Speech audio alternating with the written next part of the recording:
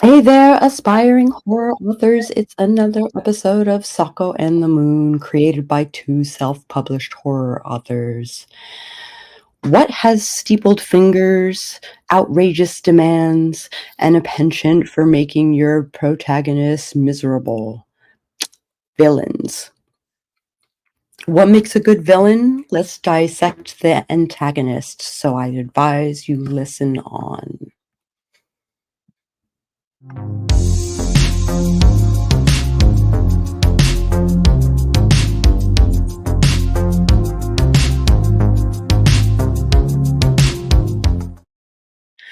I myself am Sako Toomey, artist and author, and a bunch of other things, but we'll just mention that I'm self-published 3 times over.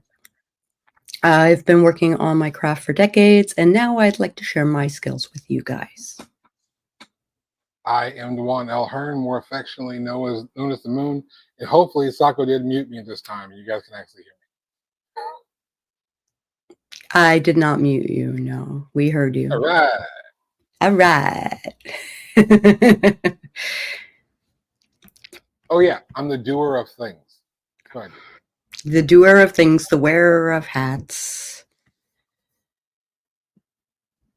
The doer of things. Like script writing and... I am a once published author, self-published, of course, and I'm a podcaster, and I'm a screenwriter and filmmaker. I do things. All those things. All those things. All of the things.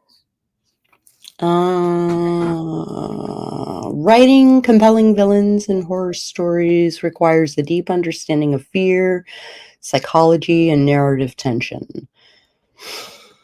So here's how to craft villains that will leave a lasting impact on your readers. Oh my God. You gotta reach back. I gotta reach back. My back is killing me. You gotta excuse my constant stretching. So I have 10 points to make, and I will ask Moon here to embellish, which you are particularly good at. So first, let's understand the role of the villain. What is the purpose? Determine what role your villain plays in the story. Are they the embodiment of evil, a force of nature, or a tragic figure? Their purpose will guide how you develop them. Villain, pretty simply put, he's moving the story along the conflict. You know, sometimes He's usually the conflict. Usually is the conflict. He's usually the source of the conflict. Sometimes he is, and we're saying he in a general sense, he is the beneficiary of the conflict. Sometimes the conflict could be a natural disaster, and someone is benefiting from this disaster taking place. Let's say a thing is going to explode, and if it does, it clears out a piece of land that he can then buy cheap and develop. But you want to stop it, or your main character wants to stop it because innocent people live there and they don't want to leave, or it's a sacred ground of some sort, or insert, good-hearted reasons there.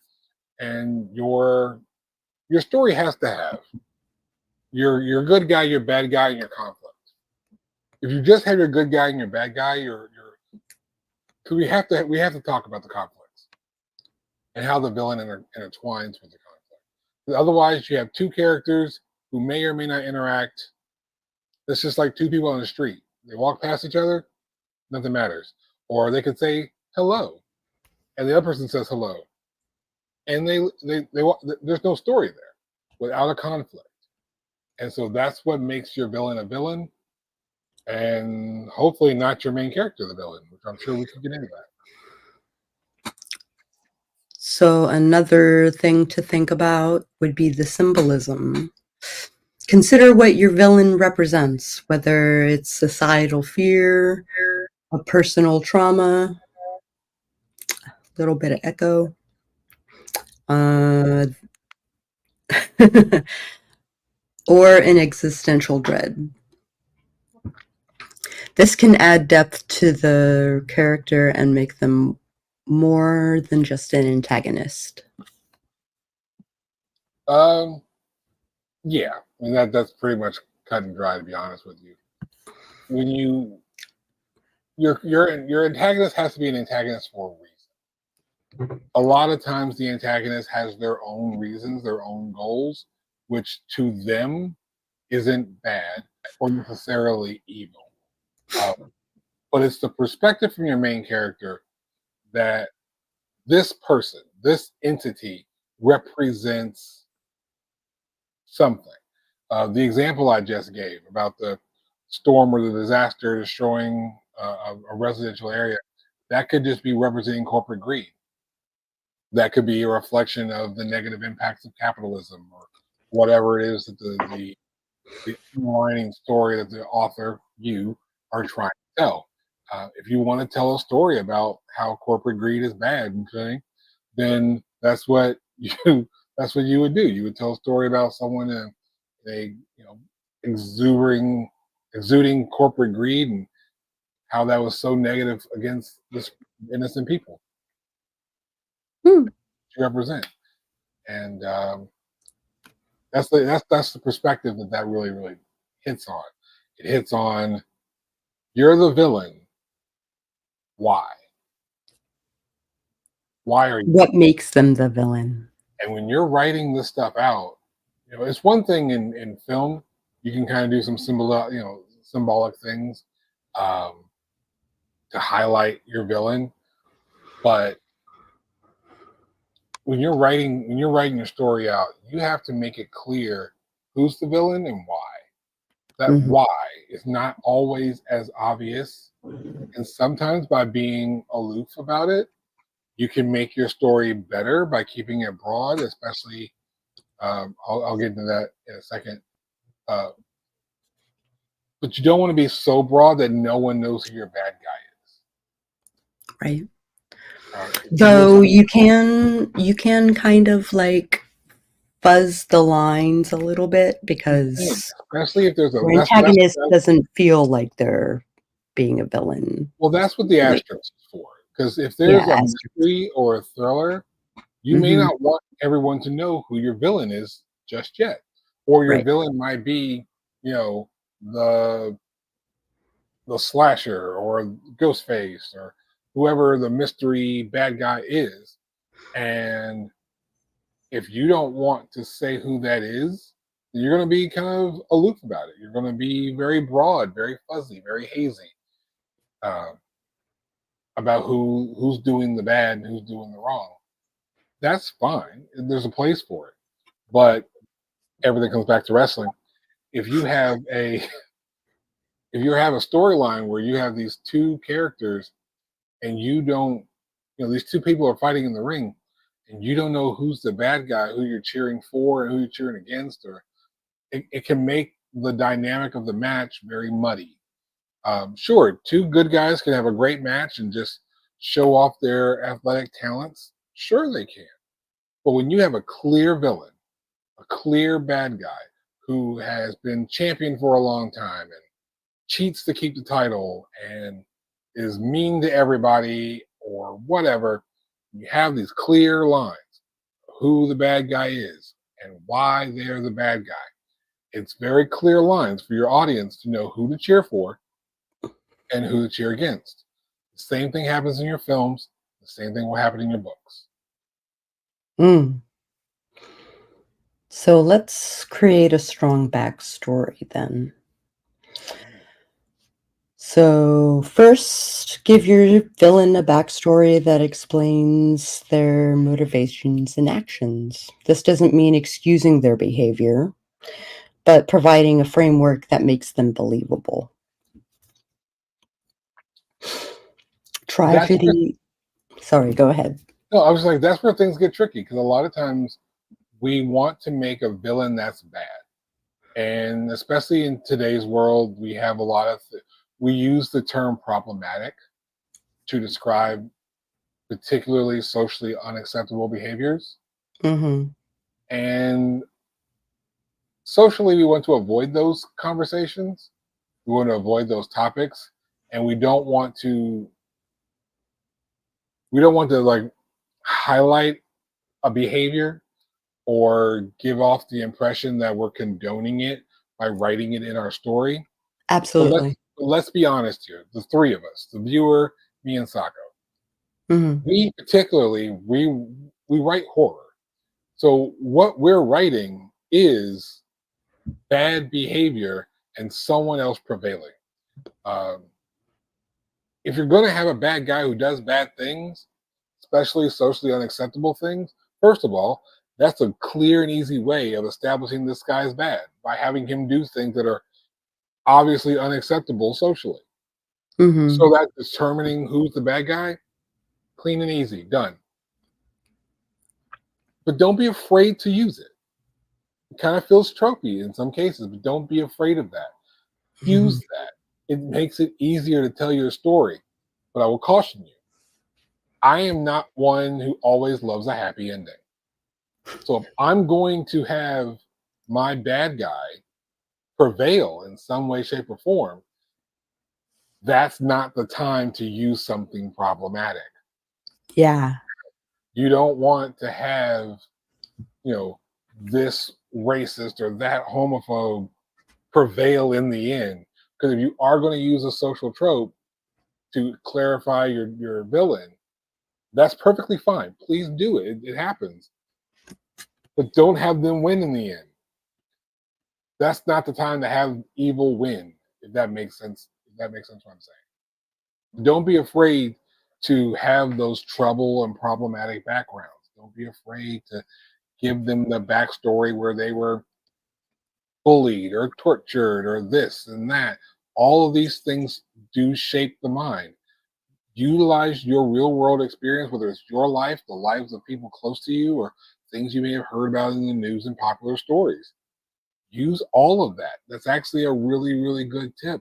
Because if these people already exist with this type of background, with an asterisk, I'll get to that in a sec, use it because it's already there. And if it already has happened in real life, it's believable that it could happen in real life. The asterisk is if you're going to tell somebody's story, a celebrity, a person you know, somebody, tell somebody's story, please change it up.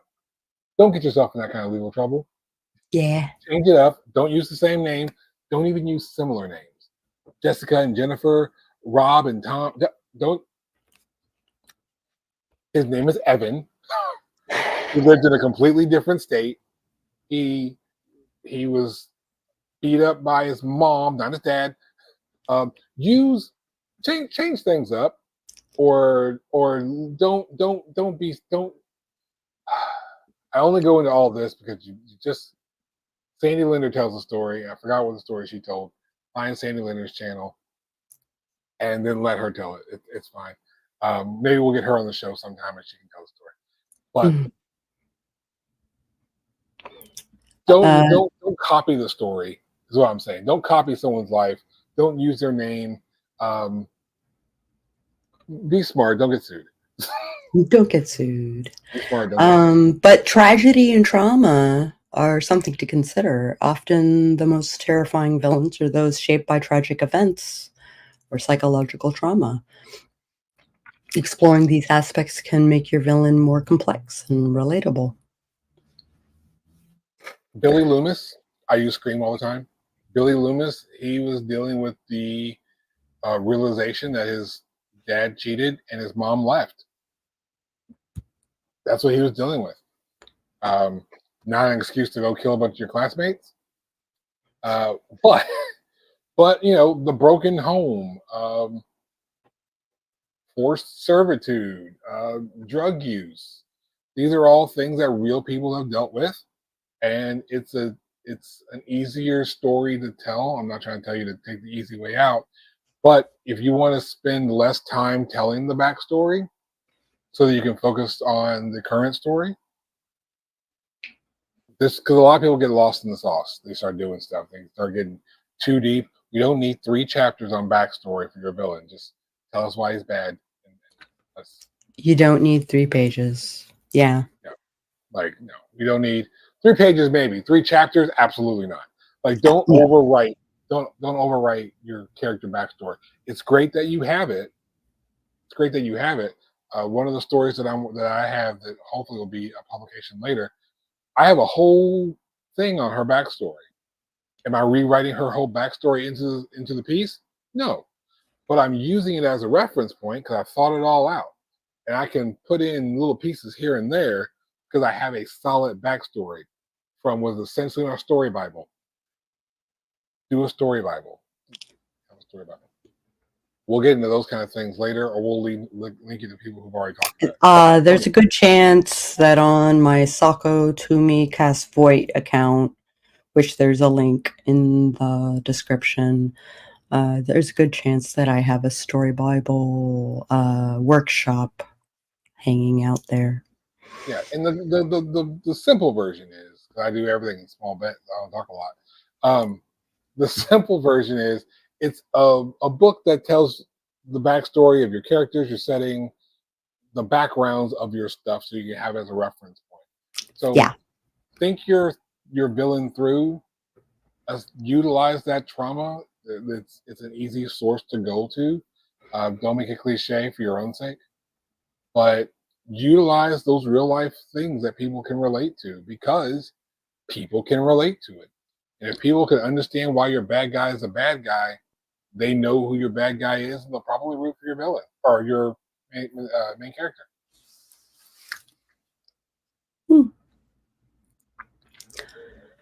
So I can talk about. No, I'll keep going down the list. It'll be fine.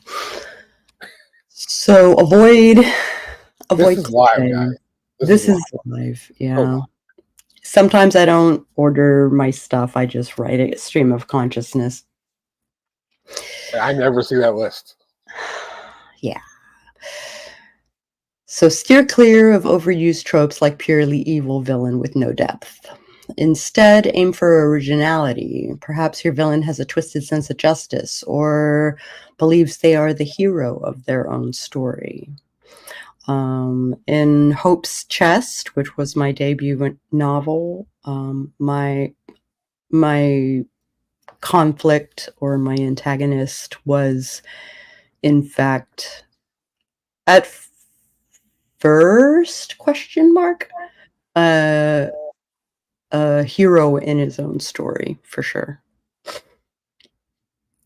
Those tell the best stories when your bad guy is only the bad guy in the perspective of your good guy. Like if you were to rewrite your story from the perspective of your villain, if you can write your piece where had you reversed it and told the story from your villain's point of view, it's the same kind of story, and your main character, your protagonist, is the antagonist because he's actively working to stop the villain. That's masterful writing. Because let's be honest, evil for evil's sake can be a thing. Everyone uses the devil for something in the story like that. That's really the only kind of character you can have that is evil for evil's sake or the essence of evil or whatever. Sure. But that means nothing to me. Why are we like the Fifth Element's a good example where you have an evil that's coming and it's just evil. It just is the entity of evil. And it's like, well, we don't want evil to hit the earth, so these people have to work towards putting this weapon together to stop it. Okay, cool. That's all you got, though. That worked for the Fifth Element. It's not going to work for everything else. Right.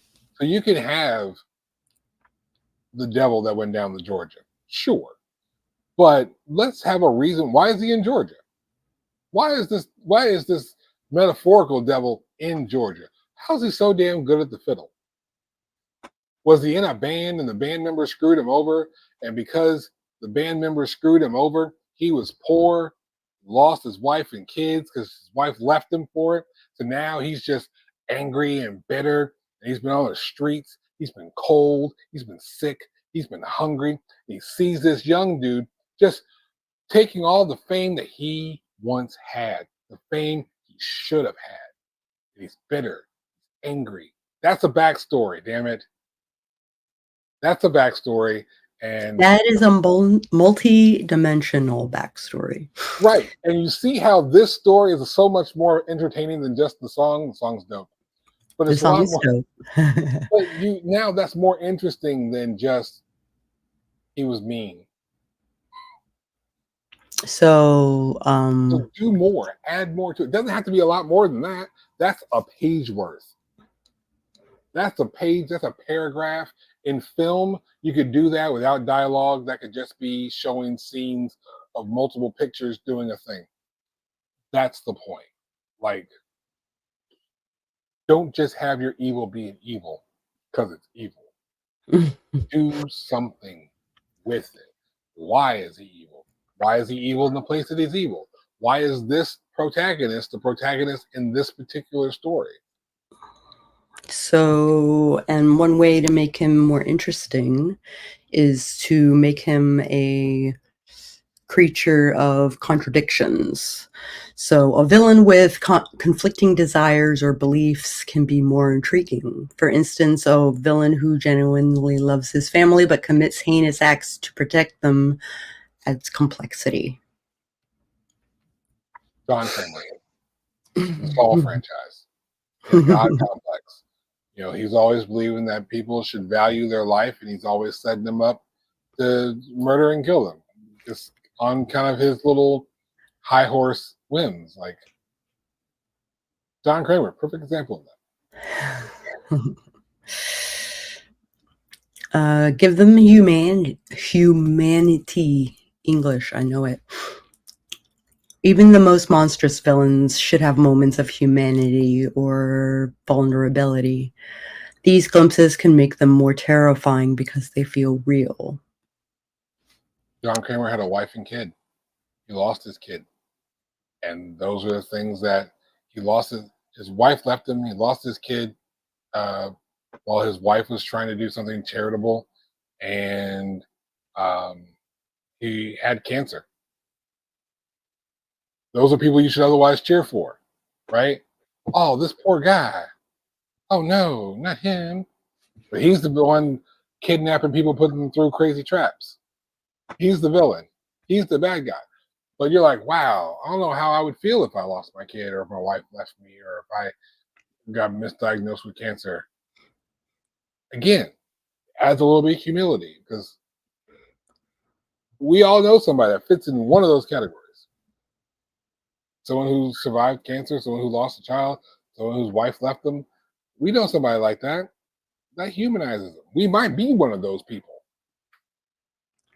On a similar note, focus on psychological horror. So manipulation and deception. A villain who can manipulate the protagonist's mind, beliefs, or reality can be deeply unsettling. Psychological horror often lingers with readers longer than physical violence. Your puppet master. Mm-hmm. Think of your puppet master. Not so much the movie, but the person who is manipulating the situation from afar. Side note, in the movie Batman Returns, who's the bad guy? I'm asking you. Penguin?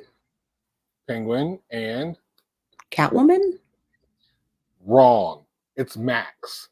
Max was like the business. Max Shrek. Yeah, that's true. He was the bad guy. I did a review on the Batman movies and on all the Batman movies leading up to like through that first series. Mm-hmm. And if you'd asked me 100 times, I would have told you 101 times it was Catwoman and the Penguin. You watch that movie, it was Max that was manipulating the whole situation. And he was taking advantage of people. That makes him the true villain. He just utilized everyone else as a puppet. Now, maybe you wouldn't consider Batman Returns as a horror movie. It should be, because Batman is definitely a horror anti-hero. Mhm. However, it works the same way in literally any other piece for horror that you could be working on. Have the one person here who just kind of trickles into the story. He just might be a manager or a boss or a buddy or a best friend, a spouse or a child even, and have it to where they are carefully manipulating the story to where it looks like it's one on one here. There's somebody over here. It's really the villain. Set that up, and you add so much depth and layers to your story. Your ultimate goal is to keep the reader turning the page. You want to give your reader a reason to do this. And if the stories are multi-layered, if the stories are, in depth and going in multiple directions at once, there's always a new reason to keep doing this. And that's what your goals are. So, to touch on a subject that you kind of mentioned earlier in the podcast, was the fear of the unknown. Keep some aspects of your villain mysterious. The unknown can be more frightening than what is fully revealed. Allow your villain to operate in the shadows, both literally and figuratively. Give them a unique voice and presence. So, through dialogue, your villain's dialogue should reflect their personality and their worldview. Whether they are eloquent, cryptic, or brutally blunt, their words should resonate with their character. I mentioned Batman, Mhm. and each one of those classic Batman villains are in the same space with the same protagonist fighting them. They're all different. They're different stories, and they all come across differently. Penguin doesn't act like Catwoman. Catwoman doesn't act like the Riddler. Riddler doesn't act like Joker. Joker doesn't act like Mr. Freeze. None of them are acting the same, but all of them behave in a way that when you see them, there is no question where they fall in the world. True. Catwoman loves to use her sex appeal, and she talks in that way. She stretches her words out. She has certain tone. I come from a film standpoint on that.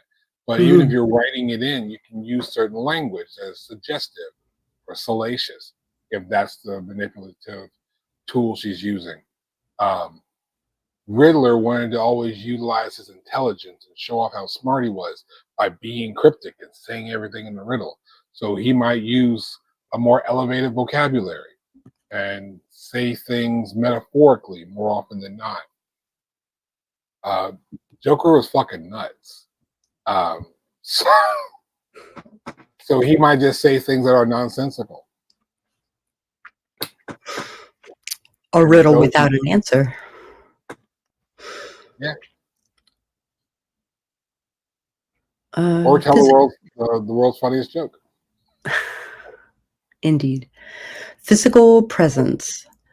Think about how your villain is perceived by others, their appearance, mannerisms, and the atmosphere they create when they enter a scene can all contribute to their menace. Your villain should be as bad as your protagonist is good. Especially when you're introducing the villain, it has got to hit hard and hit hard. Like, it's got to be a show. The opening kill when it comes to film in horror movies, it always stands out for us. That sets the tone for the rest of the movie. Kind of like a roller coaster, where the biggest hill is the first one. That's science. I'm not going to bore you all with the science of it. But just trust me. Roller coaster, yeah. You can look it up yourself. But the biggest hill, for scientific reasons, is the first one. That first one you hit when you first essentially open your book. That should be when the villain is at its most pizzazz. Show off your villain, make your villain as evil as you want your good guy to be good. I think that shows the extremities of it, because If it's just a dude that's mean, I'm not scared of the guy who's mean. Like I I'm not talk, e I see yeah, the I'm not mean guy, scared I I was see the mean. mean guy at the party, and you know what I do? I don't talk to the mean guy. There's no story there. There's nothing there. He has to, for someone to walk in and say mean things to the party, that's nothing. But the guy who walks in, walks across the table, says, "Hello, everybody," and then lights a giant torch and throws it on the couch, that's a guy I need to be careful of. Now this guy has shown up and like, ha ha, I have barricaded the door and caught this couch on fire. What do you do next? That is a villain. That's not a guy who's just mean. That's a villain. This is a guy who's now put you in a situation that makes you have to become the hero. And that might be a part that we're not immediately talking about because we're focusing on the villains in this conversation. Mhm. But you need to make sure that your villain, if you're not going to have a hero that's already a hero, like Spider-Man or Superman, Batman, or whatever, then you need to have a villain that creates your hero. Your villain is going to be intertwined with your villain and your hero is going to be linked up like that the whole time. And that's just how that plays. That's why your protagonist is the one to go against that villain. There has to be a reason for that.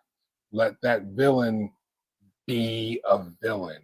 They've got to be villainess up front in the beginning, preferably as your story opens. Do that. Introduce your villain first before your hero. My personal In opinion. I would introduce your villain first. Hey, people, we can debate this if you want. That's what the show's here for. I I say, don't yeah, I I don't think say, because if you introduce your hero first, okay, sure, I met the nice guy. But why do I care about this nice guy? Now, if I introduce the villain first, there's a reason why this nice guy is the nice guy, in my personal view. Now, your writing style can be whatever. You can choose to do how you want to do, but at the same time, that to me gives you this. That's why the opening kill scene happens in a horror movie before you meet your movie protagonist. In my personal view, yeah. you do typically you met Ghostface long before you met Sidney Prescott. Huh. So, create a symbiotic relationship with the protagonist. As I mentioned. Yeah. A strong horror story often features a villain who is deeply connected to the protagonist. This could be through a shared history, a personal vendetta, or even a twisted form of respect. And in a sense, it could also just be a matter of pure coincidence. But like I said, just to go back to what I just said, have your villain create your hero. Some people will say that Batman created the Joker. Sure. Some people will look A at Batman as the reflection. villain, Yeah. but Batman is an anti-hero, so he kind of doesn't count. But Sidney Prescott is considered one of those badasses in horror films, just like Laurie Strode. Laurie Strode was a babysitting teenager. Sidney Prescott was just a girl who was living her life in high school.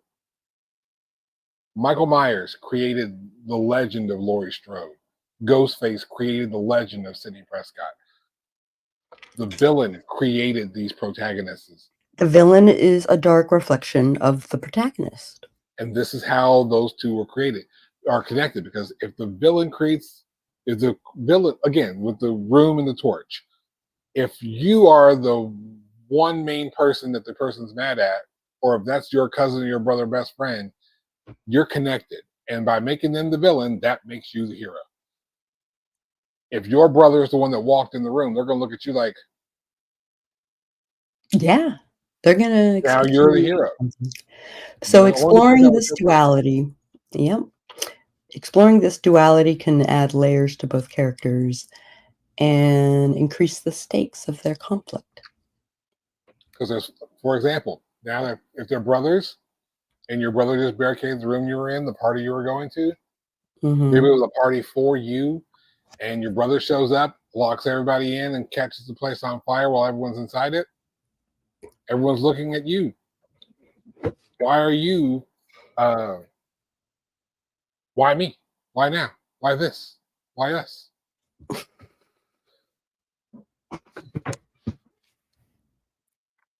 Indeed. Involve the villain throughout the story. Growth. Just like your protagonist, your villain should evolve. They might become more powerful, unravel psychologically, or reveal hidden facets of their personality.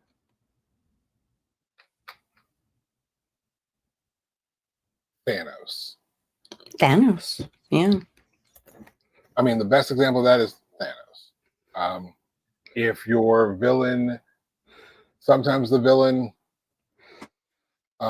is pursuing some sort of power and acquires it. So sometimes you seem like the story is telling you to stop him from acquiring power. Then he acquires it, and there's a point in time where your team of heroes fails at stopping them.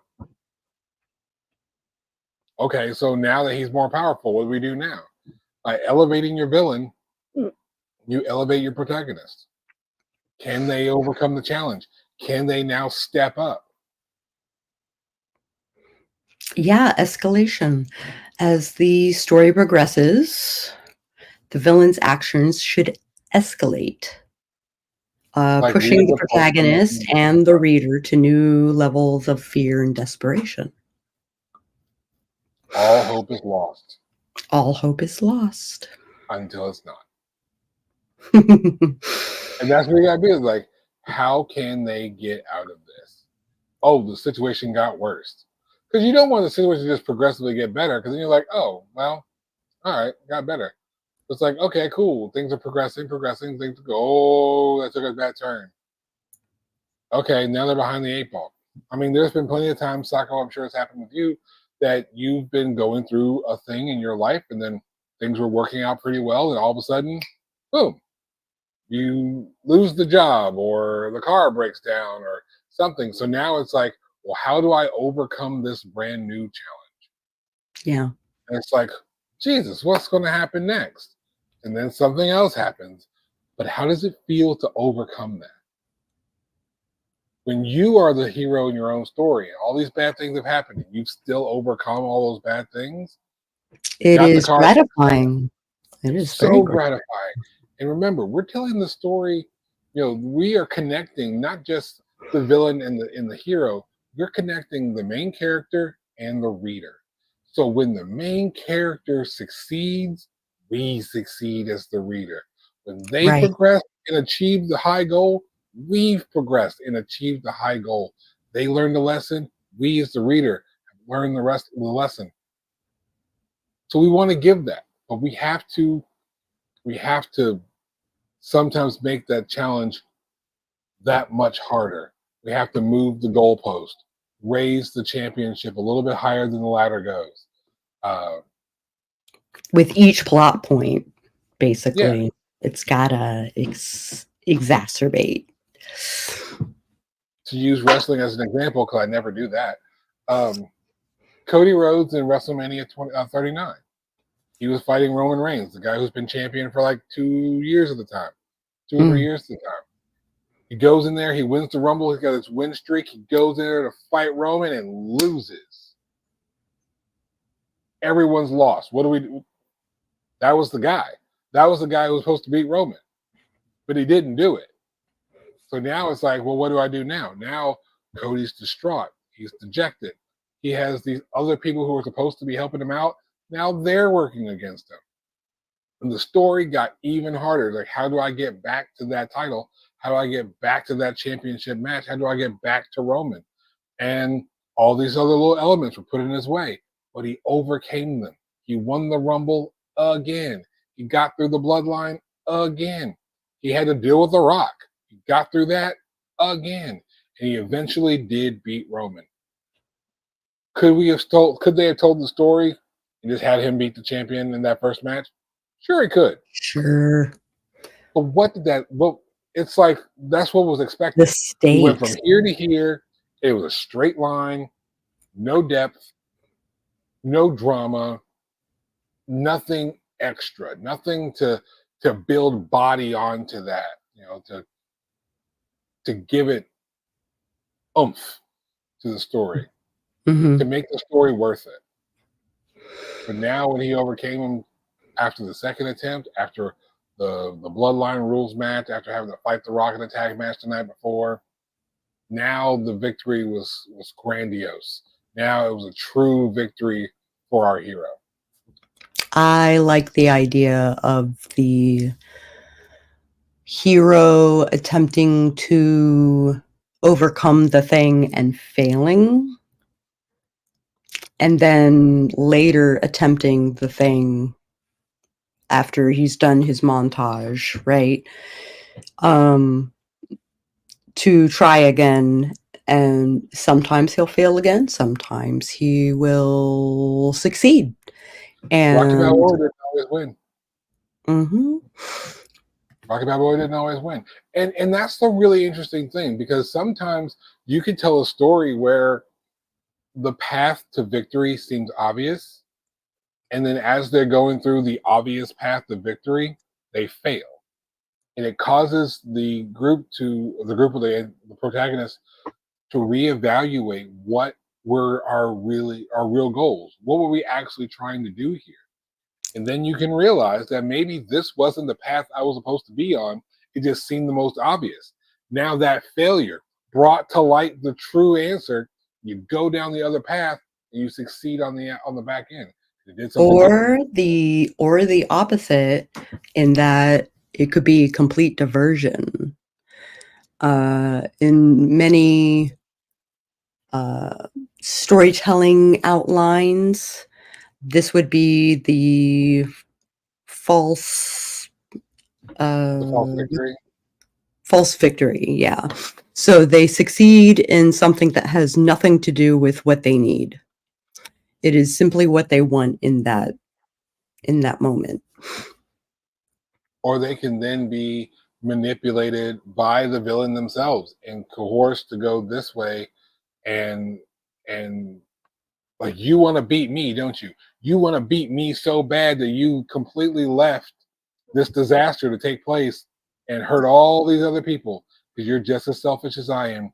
You're just as dark as I am. You're just as greedy as I am. And then test your hero. Your villain should be able to really test your hero. If the villain can't do that, then why is that your hero's villain? Like, why is that the one that they're aiming for? The villain, if he can't be just a little bit better than the hero, then it's an easy win. You know what I mean? It's like, if you're clearly a level 10 and they're a level 7, you're clearly going to beat them when you face off by face to face. Your villain needs to be at least level 13 if your hero's a level 10. It's got to look like an obvious defeat, which makes it that much more heroic to go for it. Mhm. We're telling the story about writing villains, but really, writing a good villain and writing a good hero, they go hand in hand. If you don't have one, the other one's pointless. You Yep. know, if you have no, if your villain is so powerful no one can beat them, then why have a hero, right? Um, that's just pointless. If your hero is so damn tough, then who's really a villain? It's you just got to make sure they are working in tandem together in your story. Um, that when one's going left, the other one's going right, but they're still circling each other. You know what I mean? They still circle the same goal. They're just headed in a different direction. Absolutely. Absolutely. So the last couple of points I want to make are, first off, end with impact. Whether your villain is defeated, survives, or transcends the story, their ending should be impactful. It should leave the reader with lingering fear or contemplation. Um, I'm not sure. I think I was intoxicated when I wrote the ambiguity, because I don't believe this by any means. Consider leaving some elements of the villain's fate ambiguous. Uncertainty can enhance the horror and leave the door open for future stories, which is true. Yeah, I don't Like have if you're anything. doing a story, series rather. Yeah, Yeah. because to be defeated doesn't always mean that you are gone. It just means you've been stopped, and maybe you've been stopped this time. I mean, you can go back to. I use Batman a lot in this series, this episode. The Joker appeared multiple times in the Batman series from the 1960s. Mm-hmm. Tried something, Batman stopped them. They went to jail, or disappeared, or escaped somehow. Mm-hmm. And then they came back later on in a different episode. They tried something else. They still had the same goal, they just did it differently. You can go Pinky in the Brain if you really want to and go back with that old school. How many times did Brain try to take over the world? He tried something, something stopped him, he just tried again later on. So if you're going to write something in series, um, and that's the important part, if you're going to write something in series, then yeah, you can leave the door open. Maybe the villain is defeated, but the body is never found. That's cliche, but it works. Um, there's no evidence that the person died or the you know whatever you come up with for your Or story, there's a big blood stain, but he's missing. right? Or He's missing. the spirit of your villain passed along to someone else, or the energy went into an amulet, or whatever it is that you do. Whatever. Yeah. Just something that creates. Oh, if you're going to do that, one, it should be part of a series. If it's a one-off story, end your story. Mm-hmm. Close the story. If it's going to end it.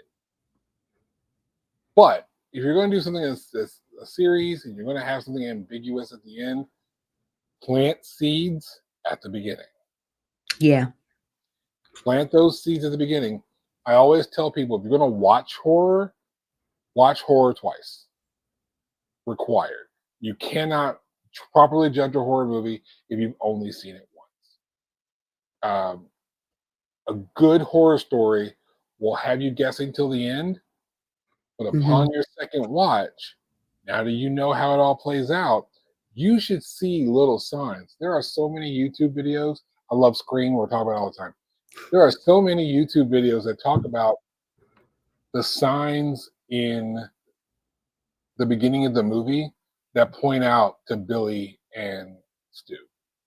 Mm-hmm. The scene when they're at the water fountain, Yeah. they're the only two people wearing boots.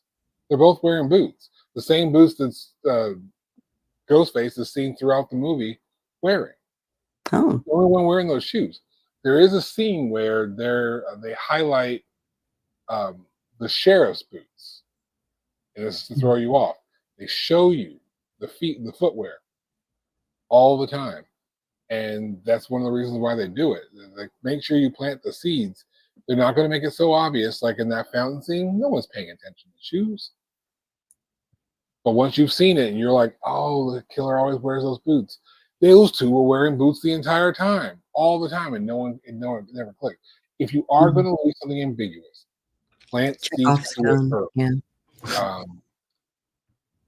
Mother is a good example.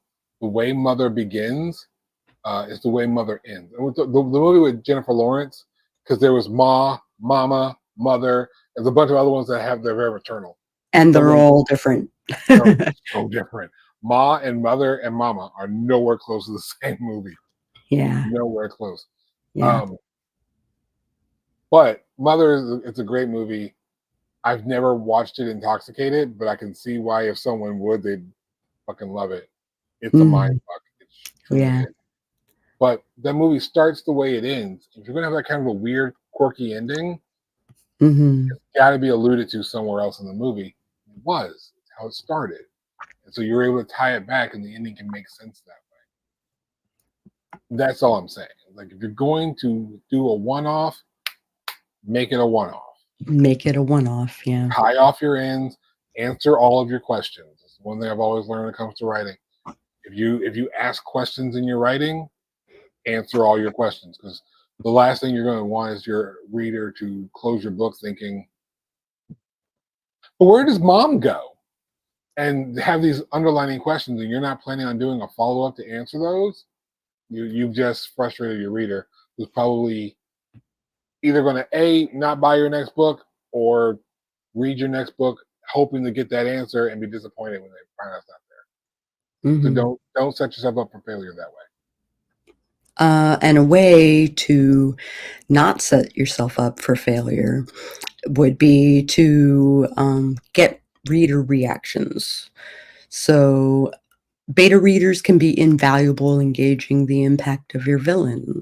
Are they terrified, disturbed, or intrigued? Adjust based on feedback to ensure your villain is as effective as possible. Beta readers, or what do they call it when they do the views? As